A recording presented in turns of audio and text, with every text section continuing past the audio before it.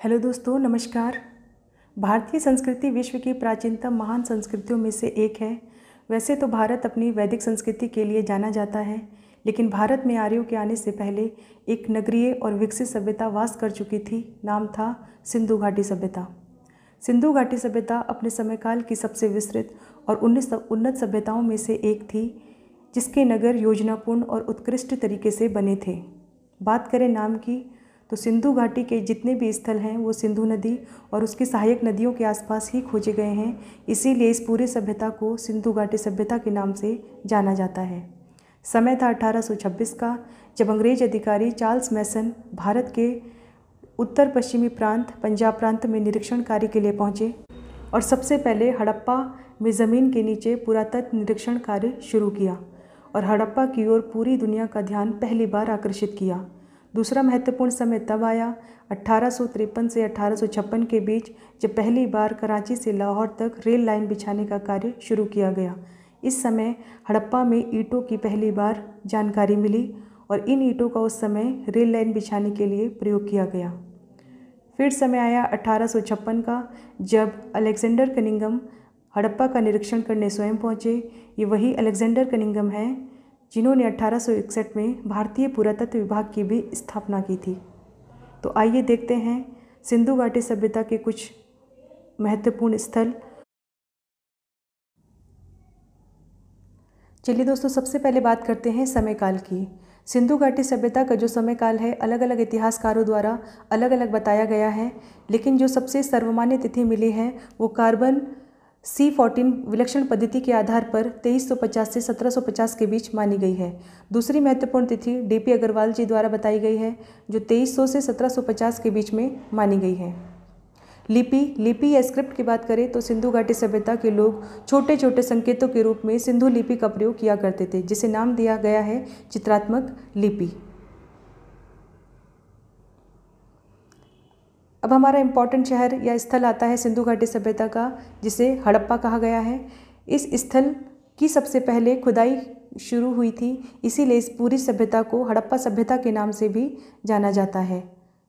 समय था 1921 का, जब भारतीय पुरातत्व विभाग के अध्यक्ष जॉन मार्शल नियुक्त थे। इन्हीं की देखरेख में दयाराम साहनी जी द्वारा 1921 में पहली बार हड़प्पा की खुदाई का काम शुरू करवाया गया। देखते हैं हड़प्पा से रिलेटेड इम्पॉर्टेंट फैक्ट क्या क्या बनते हैं। तो वर्तमान में जो हड़प्पा है पाकिस्तान के मोंटगोमरी ज़िले में स्थित है। यहाँ 1921 को खुदाई का काम शुरू हुआ था। नदी की बात करें तो हड़प्पा रावी नदी के तट पर स्थित है। 1826 में चार्ल्स मैसन ने हड़प्पा के टीले के विषय में जानकारी दी थी, जिसके बाद ही इसका उत्खनन कार्य 1921 में दयाराम साहनी जी द्वारा करवाया गया था। हड़प्पा से पीतल की इक्का गाड़ी प्राप्त हुई है। स्त्री के गर्भ से निकलता पौधा प्राप्त हुआ है।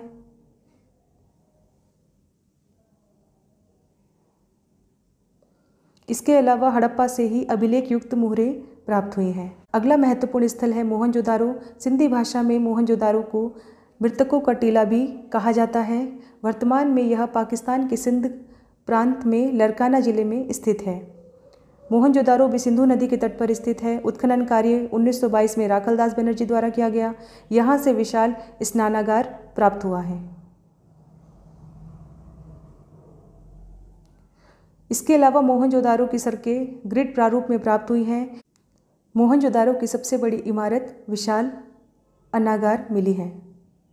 इसके अलावा मोहनजोदारो से कई मुहरें प्राप्त हुई है। कांसे की नर्तक मूर्ति मिली है।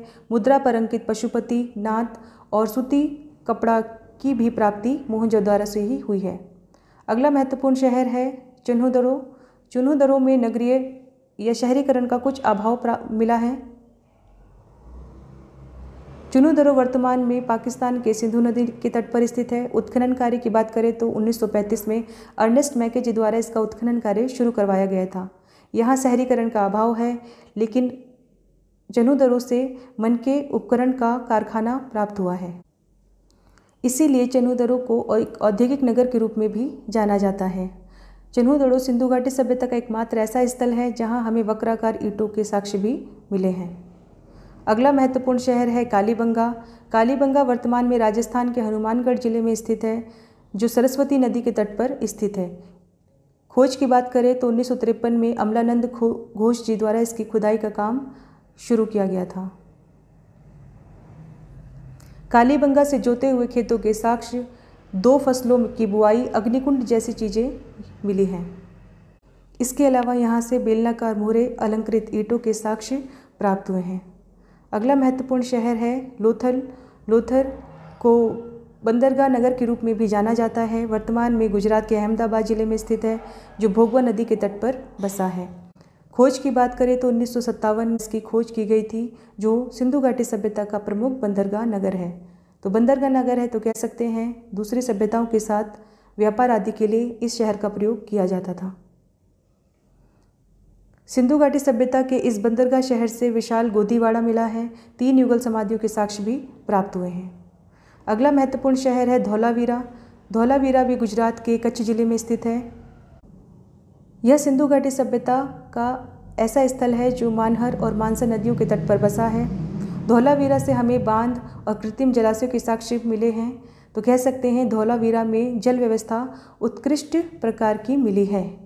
इसके अलावा एक और इम्पॉर्टेंट फैक्ट है धौलावीरा के बारे में।